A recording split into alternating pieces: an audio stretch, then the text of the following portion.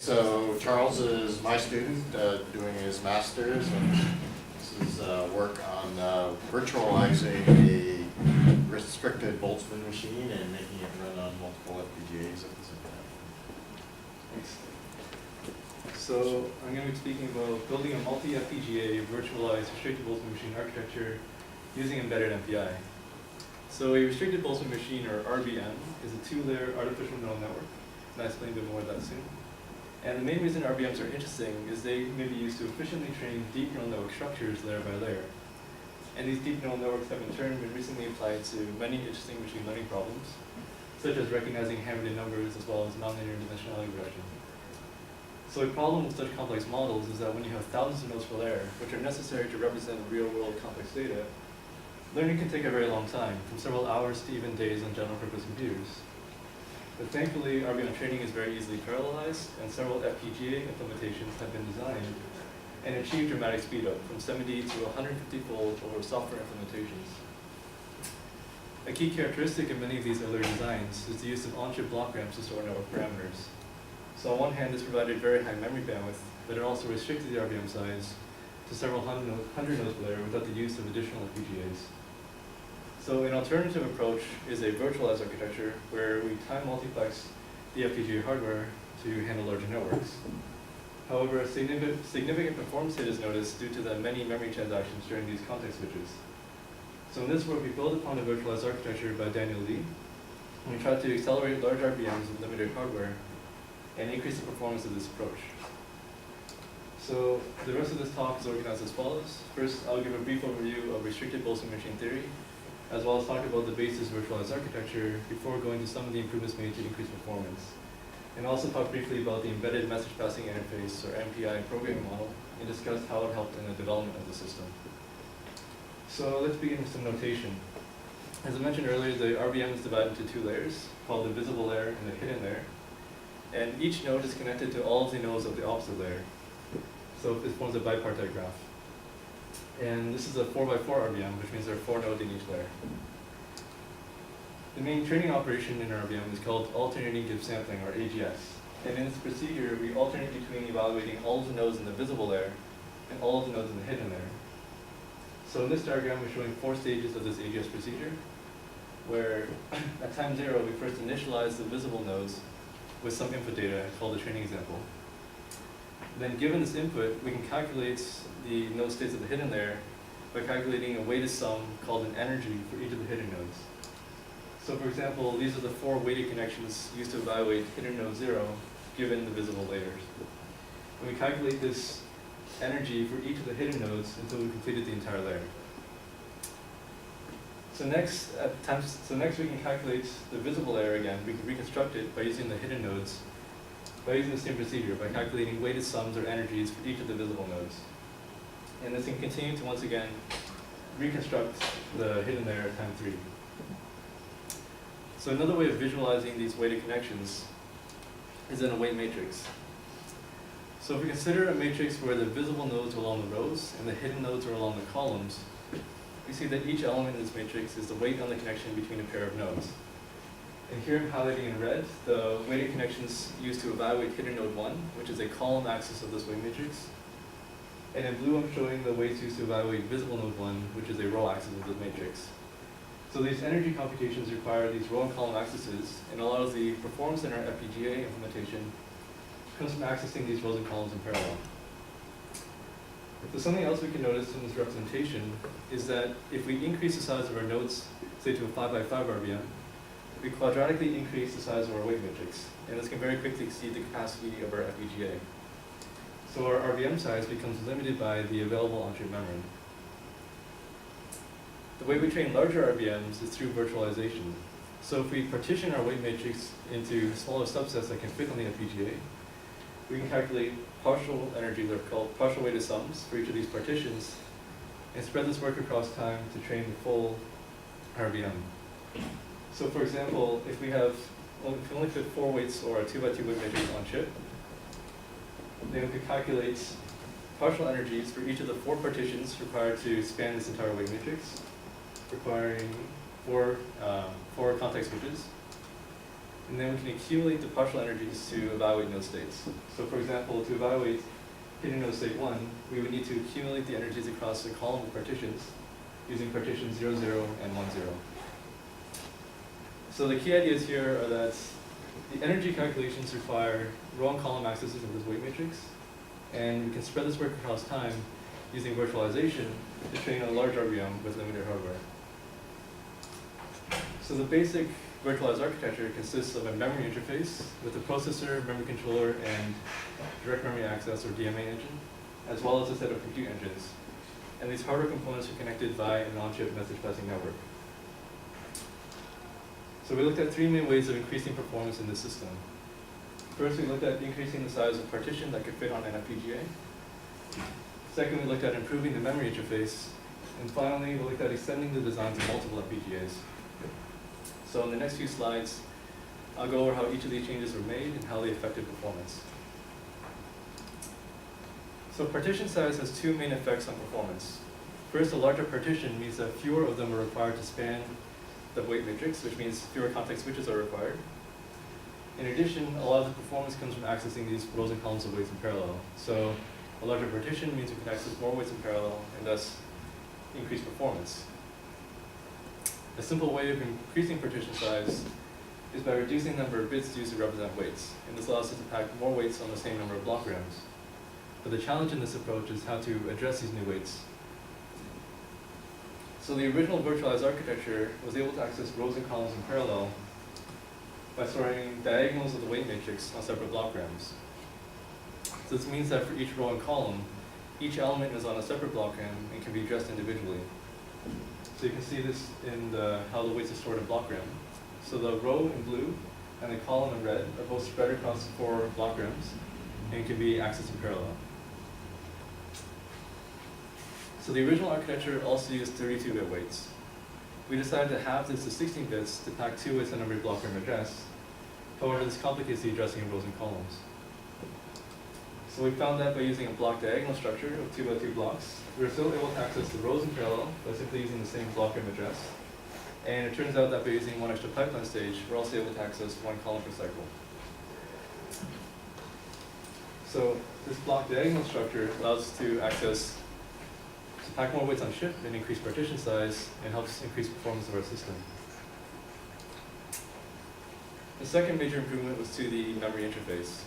So a key characteristic of the virtualized approach is the context switch, during which weights for partitions are transferred to and from external memory. And during this transfer, the compute engines are idle, and this represents a major performance loss. So we require very high bandwidth and low latency link to external memory. The original architecture used a direct memory access engine connected via the processor local bus, or PLB, to the memory controller. And this was controlled by an onboard processor. So this is the two disadvantages. First, the memory controller had relatively low bandwidth through the PLB interface. And second, the bus arbitration and processor function calls added extra overhead to each memory transaction.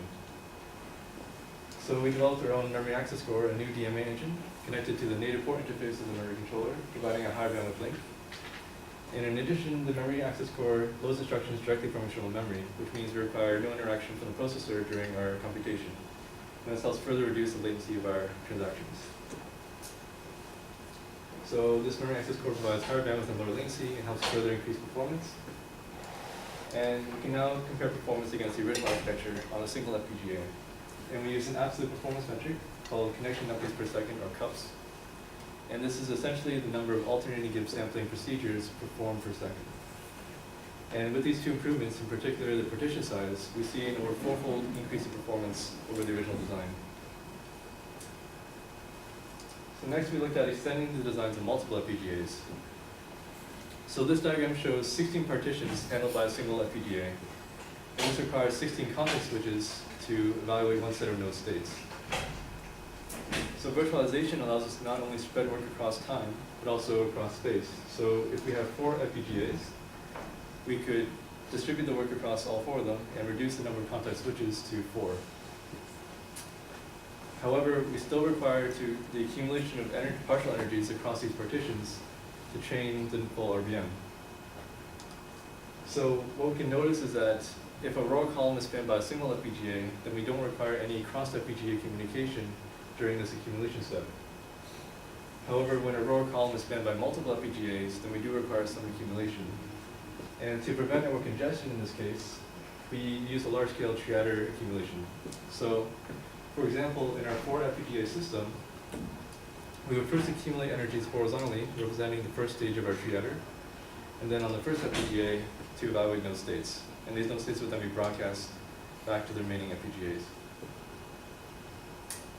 So this method of triader accumulation helps reduce network congestion. However, this synchronization step still represents a performance hit. So this plot shows the performance of a single and 4 FPGA system with respect to network size, or the number of nodes in each layer. And what we can notice is that on a single FPGA system, performance is relatively invariant to network size. However, performance increases with network size for the 4 FPGA system due to the synchronization step. And this is because as network size increases, the number of weights increase quadratically. So the amount of time spent in computing these partial energies or these weighted sums increase relative to the amount of time in calculating the node states. And this energy accumulation step is only required during this node state evaluation. So we can amortize the cost of this cross-FPGA synchronization by working on very large RBMs. And thankfully, this is the application of our virtualized line. So after about 8,000 nodes on our 4 FPGA system, we get an almost linear speedup with number of FPGAs. So all of these changes were facilitated by use of Arch's MPI, which is an embedded implementation of the message passing interface, or MPI specification. And MPI provides a scalable and high-performance method of connecting on-chip components. And it also abstracts the different hard components into different network addresses called ranks. And this allows for very simple design modifications. So for instance, in the development of the memory access core, no changes to the compute engines are required, since the memory access core behaves the same way in terms of MPI communication as the original memory interface. And in addition, MPI provides reconfigurable control and data flow. So this can be seen in the large-scale triader used to accumulate energies across partitions, where the destination of different energies is very easily modified by changing the message headers. And finally, MPI provides a high degree of design portability. So different platform differences, such as processors, are again abstracted by the concept of ranks, and changing platforms requires no changes to these custom compute engines. So, in conclusion, virtualization allows us to spread work across time and space and train large RVMs. And the changes made in this design improve performance on a single FPGA by over 4-fold, and we get additional performance by scaling to multiple FPGAs. And embedded MPI simplifies our design changes and increases our design portability.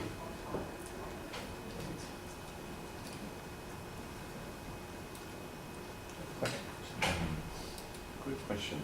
So your performance increase with 4 FPGAs versus single is 4.2-fold. It's a little bit better than linear.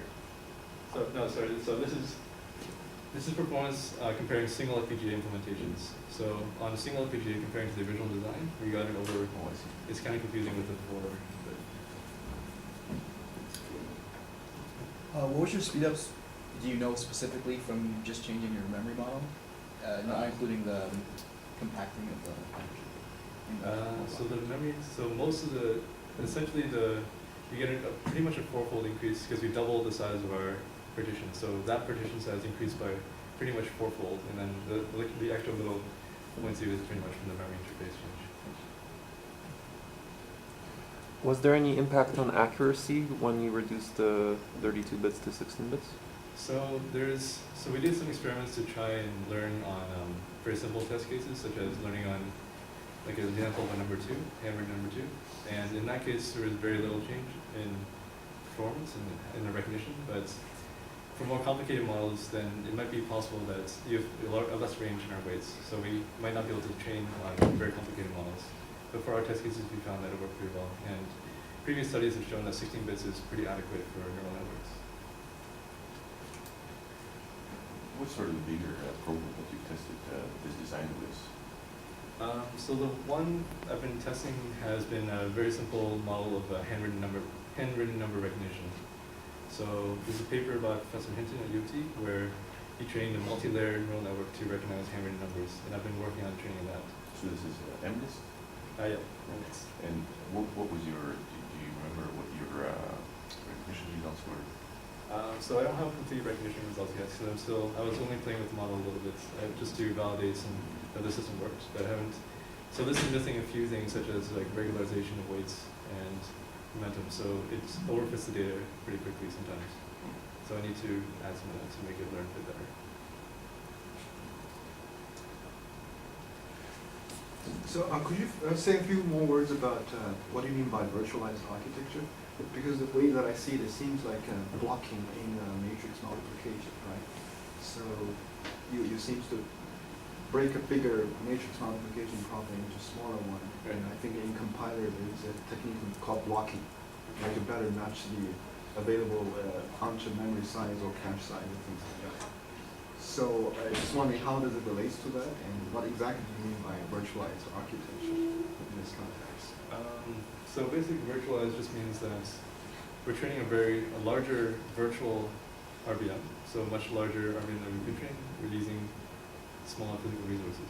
So that's what I mean by, we train a virtual RVM using smaller physical actual resources. That's what I mean by, and so I'm not sure I understood your block question. I'm not sure I understood the first part of your question. Blocking. So there is this technique of blocking, right? So instead of, it's actually exactly like what you explained. Instead of a big matrix multiplication, you're actually partitioning into smaller block size and one block at a time, right? So It is the same. it's the pretty same. much the same. Okay. Because you're thinking in the processor, you're trying to fit in the cache. Right. Our cache is the block RAM, Right. Okay. so it's the same principle.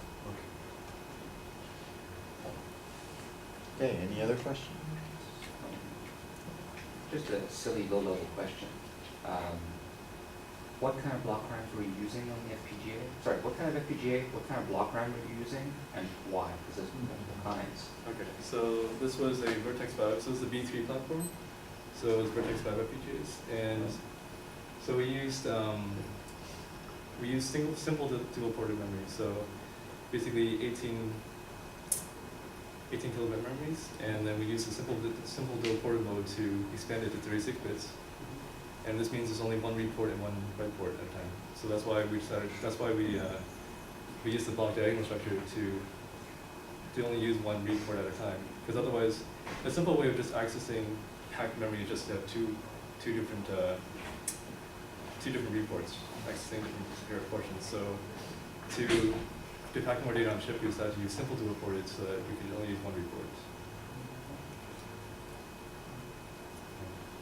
How do you get results data in and out of your system? So right now it's using a very slow method. I'm just using UART to, essentially there's a microblaze, so the processor is still there in our system, and all it does is loads data in and out of the memory. So Is this connected to the memory controller? yeah, so it's still connected by a PLD, and then it just loads memory into the memory, and then, I think with your, so the issue that you have, the one which is the tree adding of the energies, right? I think it works well if you multiply that to the 8 or 16 FPGAs, right? To do the additions, that's fine, but the distribution of the numbers back might work a little bit differently, right? I know that the 4 FPGAs and then the routing on your platform works very well, hand in hand with what you're doing, right? But how would you say your design with the scale was more than 4 FPGAs? So the reason we're broadcasting right now is, one thing, it's very simple, but also the node states we're broadcasting back are only binary value. So the weights, the energies we're passing are all real value, so they require much more bandwidth. That's why we're using the tree accumulation. But these vectors are only, so if you have 128 bits wide RVM, is only 128 bits transfer back, so we're just broadcasting them right now. So yes, it could end up being more of a problem when we scale to when we scale to larger systems where broadcasting would take a lot of time and resources, but that's why for now we decided to just broadcast. We could do the opposite, we could backpropagate the tree kind of backwards to help reduce network congestion if we had more nodes.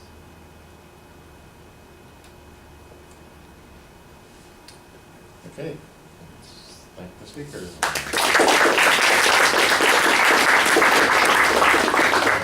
So the pizza today is sponsored by Altera